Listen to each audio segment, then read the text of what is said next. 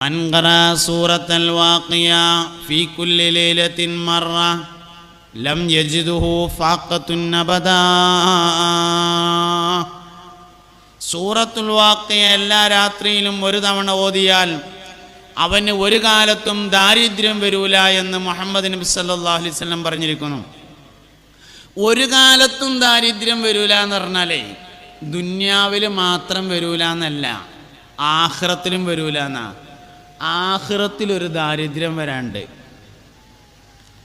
നമ്മളെ നിസ്കാരവും നോമ്പും ഹജ്ജും എല്ലാ റമദാൻ മാസത്തിലും ഉംറക്ക് പോയതും സക്കാത്ത് കൊടുത്തതും സ്വതക്ക കൊടുത്തതും പള്ളി ഉണ്ടാക്കിയതും മദ്രസ ഉണ്ടാക്കിയതും ഒക്കെ ഉണ്ടാവുമെന്ന് കരുതിയിട്ട് മഹ്ശറേക്കാൻ ചെന്ന് നോക്കുമ്പോൾ അതണ്ട് ഒരച്ച് തീർന്നാൽ ഒരു ദാരിദ്ര്യം തന്നെയാണ്. അതും വരൂല എന്ന് സൂറത്തുൽ വാഖിയ ഓതുന്ന ആൾക്ക്.